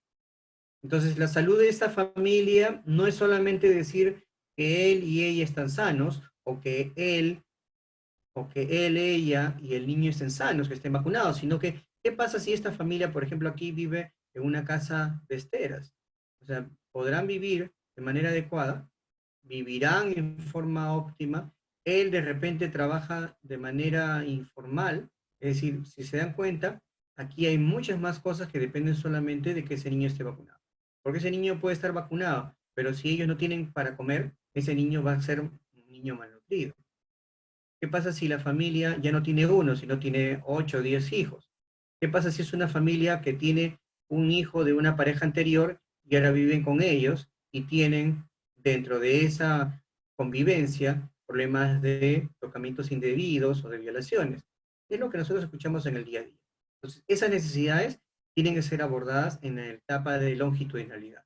Eso pueden preguntar también, ¿sí? ¿En qué etapa, en qué fase, digamos, en qué elemento de la atención primaria se da la atención, por ejemplo, de familias con problemas eh, digamos, malnutrición o de violaciones o de tocamientos indebidos, es en la longitudinalidad, porque la familia tiene que verse en el tiempo, ¿sí? Eso implica, por ejemplo, como tal, que nosotros tenemos que ver una familia. Imagínense, esta familia empieza cuando tienen, por decir, 25 años y que lleguen a contracción cuando tengan en promedio, de repente, 50, 60 años. Entonces es toda una vida que uno tiene que saber cómo abordar. En ese seguimiento, entonces, se da lo que se llama la implementación a través del equipo básico del modelo de atención integral. Y eso sí ha sido pregunta 2 veces, recuerdo, tanto en el ENAM como en el examen de residencia. ¿Cuáles son los profesionales que integran el equipo básico de atención integral? Son el médico, la enfermera, la obstetra y el técnico de enfermería. ¿Ok? Médico, enfermera, obstetra y el técnico de enfermería. Um, en ese seguimiento no se puede hacer si no se tiene por lo menos un mapeo de la zona. Entonces, para esto no solamente nosotros somos los que tenemos que intervenir, sino lo que dice acá, que son los ACS, que son los agentes comunitarios de salud. Los agentes comunitarios de salud, a través del mapeo y la sectorización, van a poder identificar manzana por manzana quiénes viven y dónde viven, y quiénes son y dónde están. De tal manera que, dependiendo de la realidad geográfica en la que vivamos, podamos nosotros ir a esas familias para verificar en qué situación se encuentran. Entonces se hace la sectorización, el mapeo, se asignan familias a esos equipos básicos, ¿no? Se abren las carpetas familiares con las fichas y las historias clínicas por etapa de vida. Se hace el tablero de compromiso de la familia, donde lógicamente no está solamente que ustedes se ofrezcan a mejorar su estado de salud, sino que ellos tienen que comprometerse a mejorar, a cambiar por su bienestar finalmente, ¿no? Y si es que fuera necesario, también saber cómo referirlos a algún lugar. Luego viene la integralidad que lógicamente tiene que ver con el diagnóstico tanto dentro como fuera del establecimiento, ¿sí? La coordinación, que tiene que ver con con la referencia y contrarreferencia, fundamentalmente para efectos de resolución de un problema de salud, y a la vez también con la intersectorialidad. ¿ok? Entonces hasta ahí vamos a ver lo que es la atención integral, el modelo de atención integral. Vamos a hablar a continuación de lo que se llaman las estrategias sanitarias nacionales. ¿Cuántas eran? ¿Se acuerdan? 15. Entonces, solamente para recordar que las estrategias sanitarias están en el contexto del modelo. Y en ese contexto están las estrategias sanitarias, que van a ver a toda la familia de manera individual, familiar o comunitaria. Entonces, las estrategias sanitarias en función a esa lámina son instancias de coordinación, de supervisión y de monitoreo. ¿Qué significa eso en cristiano? Significa que, por ejemplo, para la estrategia sanitaria de inmunizaciones, yo tengo que saber cuántos niños tengo programados, cuántos niños existen en mi comunidad, debo organizar mis equipos de vacunación, debo organizar mis horarios de vacunación.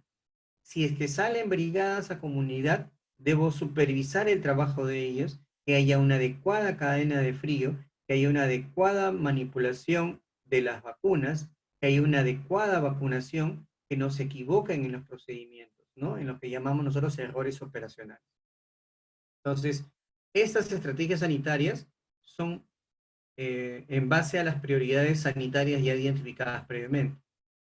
Entonces, estas estrategias sanitarias permiten primero que haya un abordaje, control, reducción, erradicación, prevención de los daños que existen, ¿no? Están basadas en prioridades nacionales y atraviesan a todas las etapas de vida.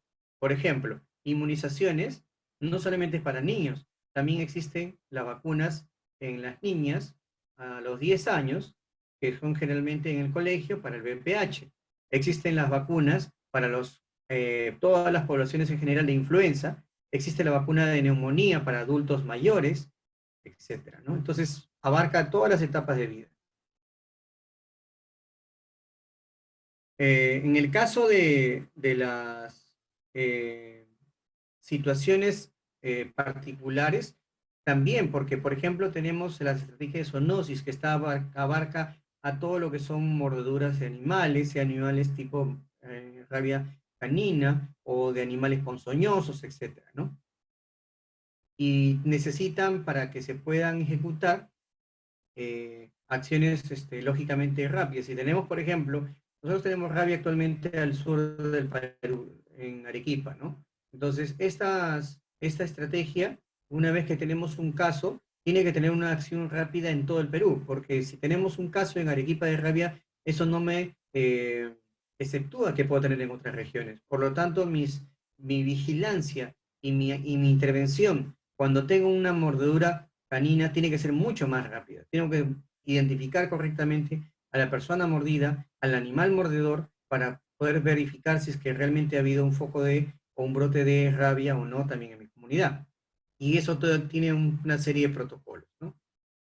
Es así que entonces las estrategias sanitarias se organizan desde el nivel más alto, que es el nivel nacional, hasta el nivel operativo mínimo, ¿no? Y las estrategias varían de acuerdo a la zona. No es lo mismo vacunar en una zona urbana, como es Lima, como ir a vacunar en los centros poblados, en la selva, donde tenemos que ir con peque durante varias horas, y donde no solamente vamos a ir a vacunar, sino tenemos que ofrecer diferentes paquetes de atención.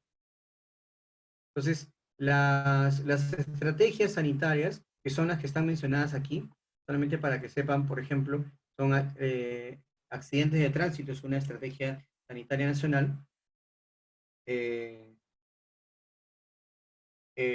Luego está la de la alimentación y nutrición saludable, que abarca todo lo que son temas de crecimiento, desarrollo, malnutrición, anemia, etcétera. Daños no transmisibles, que tiene que ver con hipertensión, diabetes, por ejemplo, hiperlipidemias. Metaxénicas, que tiene que ver con dengue, con malaria, con chikungunya, con oropuche, etcétera, que son todas las enfermedades transmitidas por vectores. ITS y VIH-Sida, que abarca todas las enfermedades y el enfoque de manejo sindrómico y el tratamiento antirretroviral específico, la de inmunizaciones que ya hemos explicado, la de metales pesados, que está todavía en una fase muy, muy precaria, aún siendo un problema realmente importante, por las zonas de más alta concentración de minerales, como son las zonas centros del Perú, como también son zonas, las zonas del Callao, por ejemplo, hay una alta intoxicación por plomo en esa zona, ¿no? La de pueblos indígenas, que está también cada vez más desarrollándose cada vez más. Esta estrategia sanitaria busca mejorar la situación de salud de población aislada, de población separada, que no tiene acceso a servicios y que necesita, bajo el concepto y el enfoque de interculturalidad, mejorar su estado de salud. La de salud bucal, ¿sí? Que busca básicamente mejorar el estado de prevención y de promoción de la salud, más que de recuperación o rehabilitación. La de salud mental, ¿no? Que tiene que ver con intervenciones en prevención de violencia familiar, en prevención de problemas de bullying, etcétera, ¿no? Salud ocular, que también hoy en día tenemos diferentes metas de actividad, por ejemplo, el tamizaje de errores de refracción, el tamizaje de glaucoma, el tamizaje de catarata, y no solamente el tamizaje, que eso se hace a nivel de primer nivel de atención, sino también ya en las intervenciones bajo el enfoque del CIS para operaciones de catarata, para atención recuperativa de glaucoma, para la atención del uso de correctores en el caso de errores de refracción. En el caso de la salud sexual y reproductiva, que abarca no solamente el tema de atención de control de gestación, parto y puerperio, sino también el de las claves, ¿no? Claves azul, roja, amarilla, el de TBC, que definitivamente es una estrategia sanitaria que tiene muchos años de trabajo, pero también a la vez tiene muchísimos problemas porque justamente es una de las enfermedades más ligadas a las carencias que tenemos hoy en día. Esta enfermedad, dicho sea de paso, dentro de algunos aspectos técnicos que a veces han preguntado, tiene el tema de la tuberculosis MDR como una de las principales, recordando solamente que la tuberculosis multidroga resistente es aquella que es resistente a rifampicina y isoniazida. En el caso de la zoonosis, está el tema de las mordeduras por animales caninos fundamentalmente y la de animales ponzoñosos, y la estrategia de salud familiar, que es una estrategia relativamente nueva, que busca integrar de alguna manera todas las demás, ¿no? Porque si no, de lo contrario, eh, siguen trabajándose de manera dispersa y es uno de los errores que a veces cometemos en el primer nivel de atención. Entonces, las estrategias sanitarias nacionales, eh, como bien dijimos, tiene que ver con el tema económico, pero que dentro de su concepto económico financiero se denomina programa estratégico, ¿no? Por ejemplo, el programa estratégico articulado nutricional abarca la estrategia sanitaria de alimentación y nutrición saludable y de inmunizaciones, de tal manera que a nivel de personas podamos tener niños con CREP, que significa crecimiento y desarrollo, completos y vacunas completas. En el caso de la familia, con un adecuado conocimiento en lactancia materna y protección al menor. Y en el caso de la comunidad, en el control de la calidad de los alimentos y el agua. Y ojo, no solamente está en que yo en una comunidad les diga hay que lavarse las manos, hay que cocer los alimentos, hay que lavarse las manos antes y después de ir al servicio higiénico, ¿no? Sino también es que tenemos que intervenir, por ejemplo, en mercados. En el caso de la salud sexual y reproductiva, el programa estratégico es el llamado salud materno y neonatal. La persona tiene que tener una atención integral y un control prenatal integral. Y el parto tiene que ser institucional. Hoy en día toda gestante tiene derecho a tener el CIS de manera gratuita, ¿sí? Si no tiene ningún otro tipo de seguro y de manera automática. Ya no necesita hacer ningún trámite. En cuanto a familia, el plan de parto, dado que el parto hoy en día busca ser de alguna manera una intervención ya no solamente de la mujer con la obstetra o con el ginecobstetra, sino que es una intervención con participación de la familia y la planificación familiar. que es fundamental. Hoy día tenemos, por la misma disociación familiar y malfuncionalidad familiar, tenemos demasiadas mujeres con muchos hijos de diferentes compromisos, o mujeres o madres solteras que simplemente no se cuidan adecuadamente o no escogen el método adecuado para no tener tantos hijos que luego no pueden mantener, que no pueden tampoco educar. Y en la comunidad, el tema de municipios o colegios, que se llaman instituciones educativas, que promuevan prácticas saludables en salud sexual y reproductiva. Eso tiene que ver primero con educación sexual en los colegios. Tiene que ver con prevención de embarazos en adolescentes.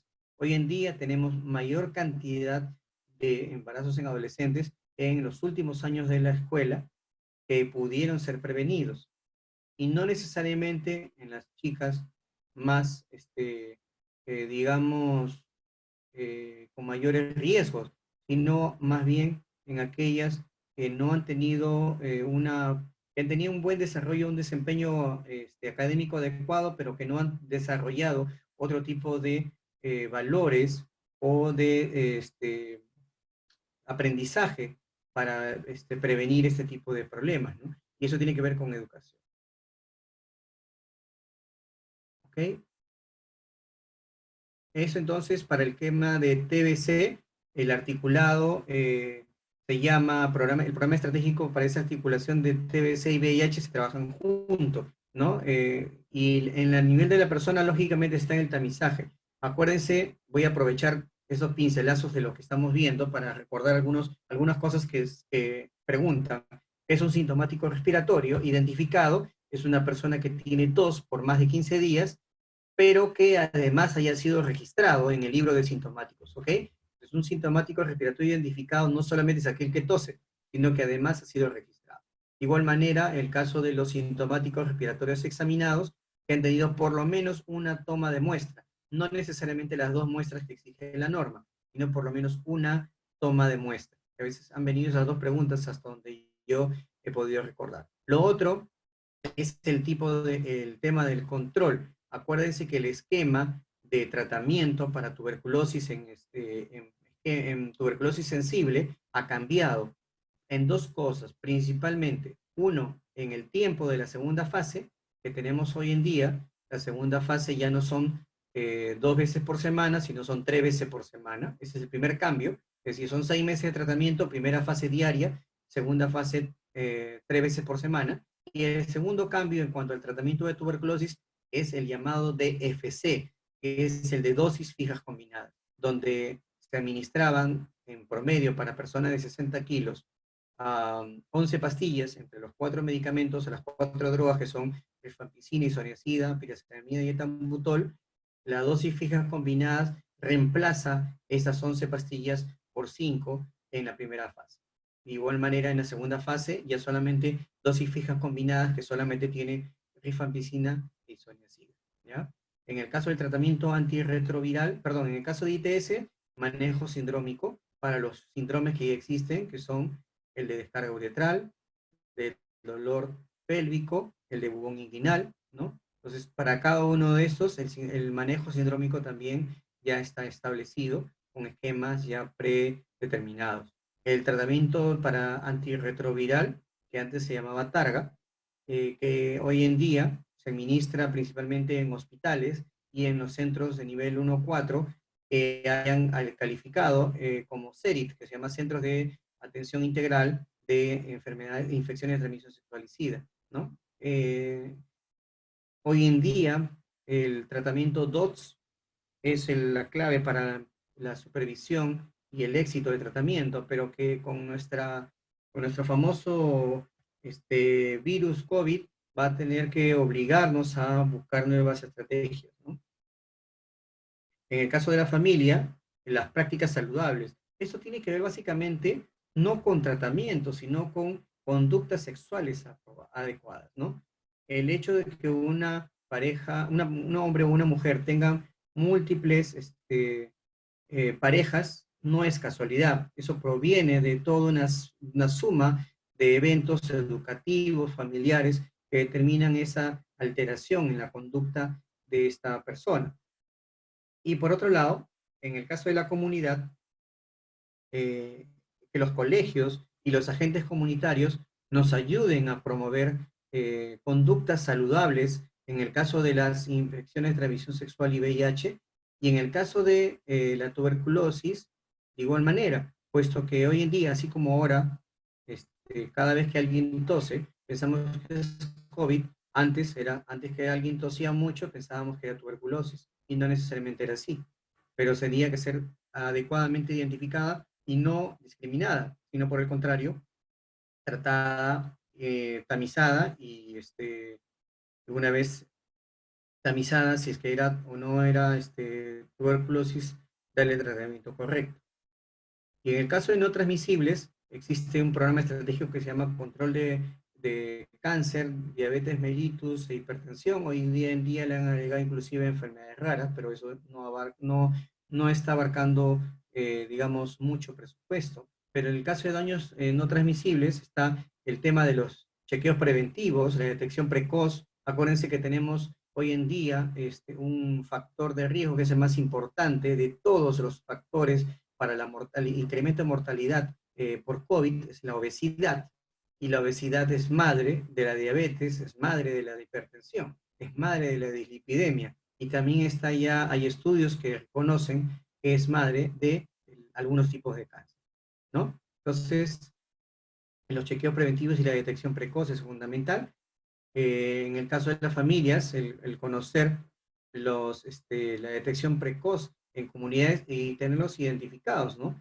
A los diabéticos, a los hipertensos en una comunidad determinada. Y en el caso de la comunidad, que hayan, por ejemplo, esto que ustedes ven en esta figurita, de repente un poco ilegible, que son los kioscos, ¿no? Los kioscos a nivel de colegios venden solamente golosinas y comida chatarra. Entonces, si nosotros empezamos desde allí, y segundo, si le damos dinero a los niños para que consuman en estos kioscos, lógicamente el tema de malnutrición va a empezar desde allí.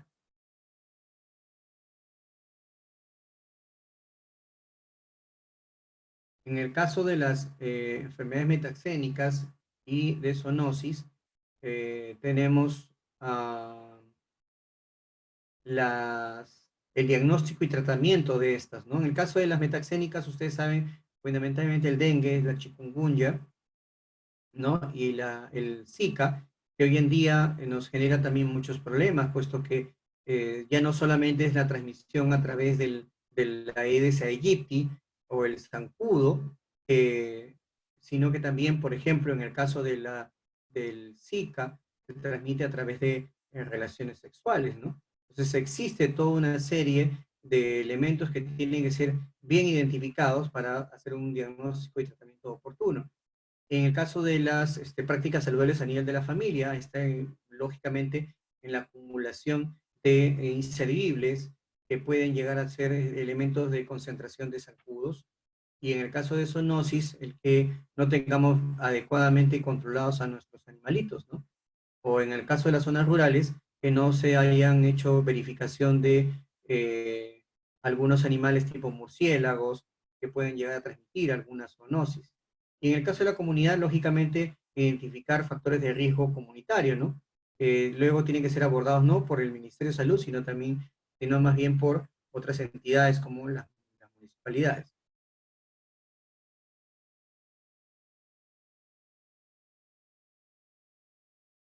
En el caso existen otras que también han sido incluidas desde el punto de vista netamente administrativo, perdón, financiero, a salud mental, salud bucal, salud ocular y metales pesados, ¿no? Que son básicamente diagnóstico precoz, tratamiento oportuno, prácticas de estilos de vida saludables. Ojo que es el tema de la aplicación de sellantes. Hoy en día ya no se hace fluorización, sino solamente aplicación de sellantes, ¿no? En el caso de salud ocular ya les mencioné, y metales pesados de igual manera.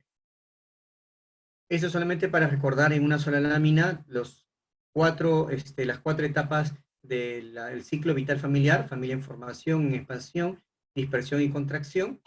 Ojo que pueden cambiarle un poco los nombres, tengan cuidado con eso, y las etapas de vida que corresponden, o cursos de vida. Entonces, acá solamente para finalmente reforzar los espacios de intervención para el MAIS, la persona, la familia y la comunidad. Las situaciones que son objetivo de intervención son la necesidad de atención y los determinantes de la salud. Las políticas de abordaje pueden ser según el eje, políticas u operativas. El aseguramiento universal, que es lo que se está promoviendo hoy en día, basado en la atención en familia y comunidad, a través de sus diferentes componentes, ¿no? Que son prácticas óptimas de gestión, organización adecuadas en redes, que hoy en día se van a llamar las redes integradas de salud, la prestación de salud con enfoque de familia y comunidad, y el financiamiento equitativo y sostenible con todas estas actividades, ¿no? Hay buena gestión si hay buenos recursos humanos y la gestión es articulada y si hay una adecuada información. Entonces, básicamente es un resumen de lo que hemos visto antes.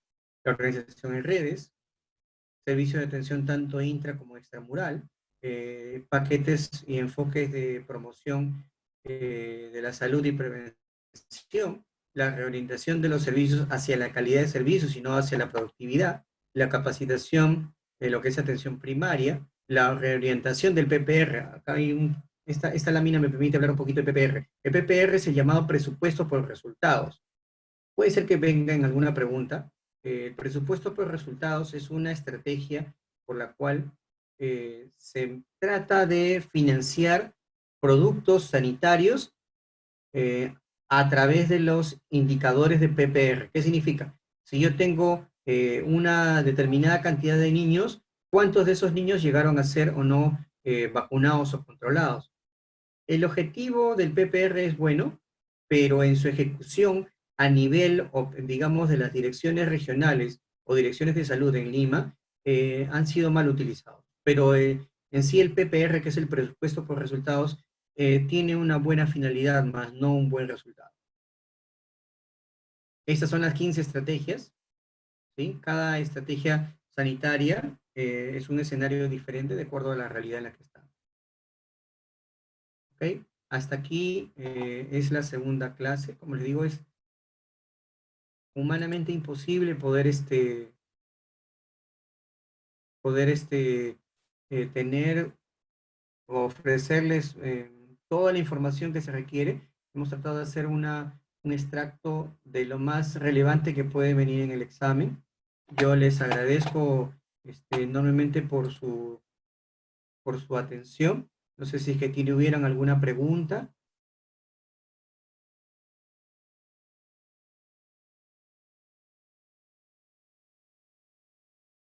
Ok, si no hubiera ninguna pregunta, agradezco a la señora Rosa Elena por su colaboración desde la universidad para la presentación de esta clase. Les deseo la mejor de las suertes. Cuídense mucho, por favor, en el contexto de la situación en la que estamos viviendo actualmente. Cuiden a sus familias y nos veremos en otra oportunidad. Muy amables. Gracias.